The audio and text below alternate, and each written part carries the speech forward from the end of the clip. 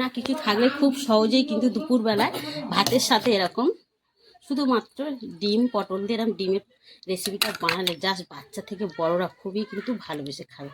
দেখেছেন কতটা সুন্দর হয়েছে দেখুন। খুব সহজে কিন্তু এরকম ডিম পটল আপনারা খুব সহজে বাড়িতে বানিয়ে নিতে পারবেন। কীভাবে এই রেসিপিটা বানিয়েছি পুরো রেসিপিটা আপনারা দেখতে থাকুন ও আমার সঙ্গে থাকুন। আশা করি কিন্তু আপনাদের ভালো লাগবে।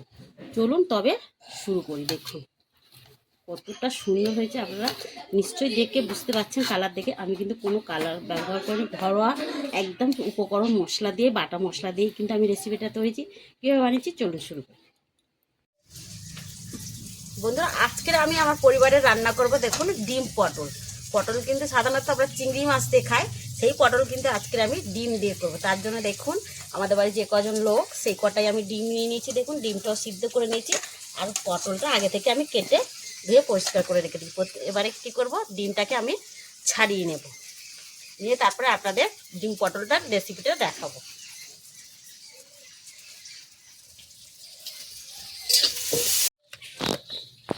দেখুন এখানে ডিমগুলো আমি ছাড়িয়ে নিয়েছি, এবারে ডিমগুলো ভেজে নেব।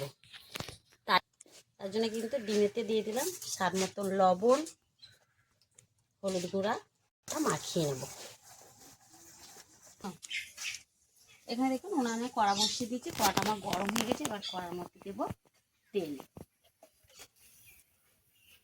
দেখুন তেলটা গরম হয়ে গেছে, এবারে ছেড়ে দেবো ডিমগুলো। ডিমগুলো এবার আমি ভেজে নেব।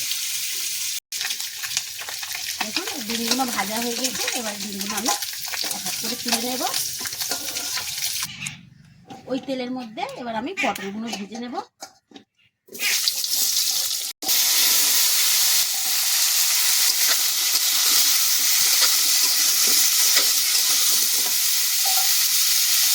এই পটলের মধ্যে স্বাদ মতন লবণ দিলাম,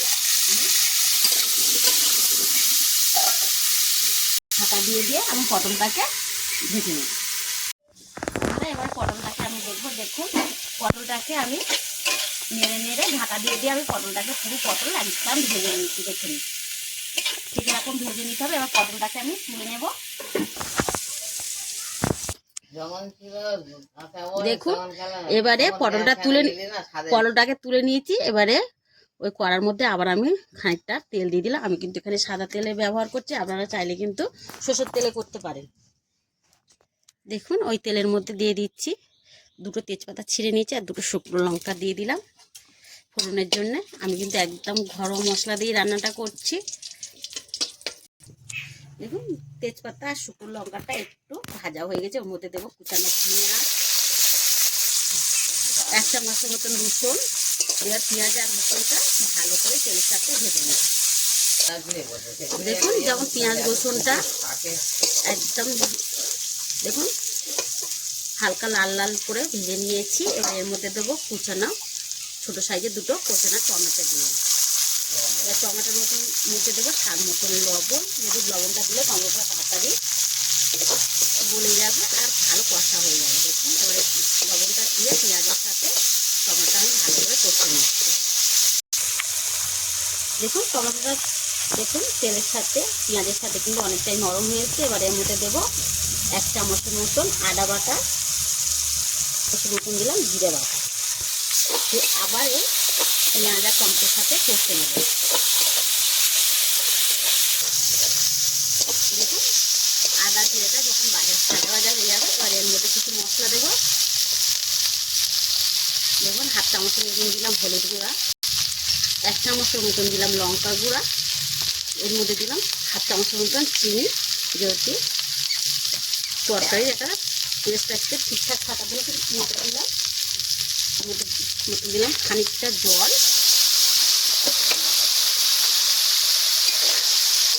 এবারে জল দিয়ে দেখুন মশলাটা আমি এবার কষে নেব যতক্ষণ না মশলা থেকে তেল ছাড়বে।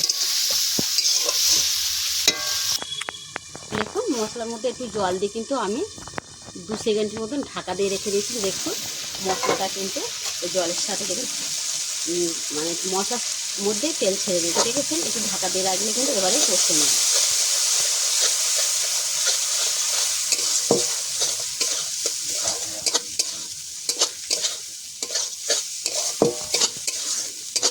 থেকে তেল ছেড়ে দিয়েছে। এবারে এই মশলার মধ্যে আমি কিছুটা ডিমে আলু দেওয়া, মানে আলু দেবো বলে আলু আগে থেকে কেটে আমি কিন্তু সিদ্ধ করে রেখে দিয়েছি। আলুটা দিয়ে দিলাম। এই আলুগুলো মশলার সাথে ভালো করে আমি এবার কষে নেব। দেখুন মশলার সাথে আমি আলুটা ভালো করে দেখুন কষে নিয়েছি। এবার এই আলুর মধ্যে দিয়ে দেবো ভেজে রাখা পটল। যেহেতু আলুটা আমার সিদ্ধ করা আগে থেকেই, তাই পটলটা দিয়ে দিলাম। এটা দিয়েও আরেকবার আমি নেড়ে ছেড়ে নেব।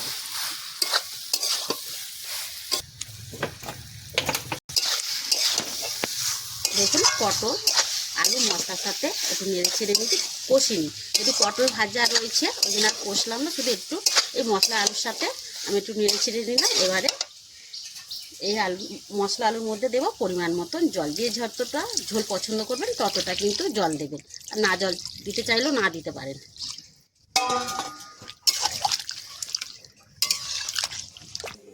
বন্ধুরা দেখুন এখানে আমি জল পরিমাণ মতন জল দিতে, আর কালারটা দেখুন কতটা সুন্দর হয়েছে। কিন্তু আমি একদম পুরো কিন্তু ঘরোয়া মশলা দিয়ে ঘরোয়া পদ্ধতিতেই কিন্তু আপনাদের ডিম পটলটা দেখাচ্ছি। দেখেছেন আমি এতে কিন্তু একদম কাশ্মীরি লঙ্কা গুঁড়ো বা কিছুই গুঁড়ো লঙ্কা মিশাইনি, শুধু লঙ্কা হলুদটাই দিয়েছি। কাশ্মীরি লঙ্কা গুঁড়ো আর জিরে গুঁড়োটা কিছু আমি বাটা মশলা দিই। এবার এই জলের মধ্যেই দিয়ে দেবো, ঝোলের মধ্যে দিয়ে দেবো ভেজে রাখা ডিম। যেহেতু ডিমটাও একটু মশলার সাথে সিদ্ধ হবে। দেখুন দিয়ে এবার একটু নেড়ে চেড়ে নিয়ে আমি একটু ঢাকা দিয়ে রেখে দেব। ঢাকা দিয়ে আমি একটু হতে দেব। দেখুন এখানে আমি 5 মিনিটের মতন তরকারিটাকে আমি ফুটিয়ে নিয়েছি। এবার খুলে দেখব। দেখুন দেখছেন কতটা সুন্দর হয়েছে। দেখুন এখানে তরকারিটা দেখুন আমি একটু ডিম পটলটা কিন্তু একটু ঝোল ঝোল রাখবো, যেহেতু বাচ্চা বড় সবাই কিন্তু খাবে, তার জন্য কিন্তু একটু আমি ঝোল ঝোলে, আপনারা কিন্তু একটু কিন্তু ঝোলও রাখতে পারেন বা মাখো মাখোও রাখতে পারেন। আর রেখে দিলে রেস্টে রেখে দিলে আরও বসে যাবে। দেখেছেন এখানে ডিম পটল দেখছেন, শুধু আপনারা একবার কালারটা দেখুন কতটা সুন্দর এসছেন।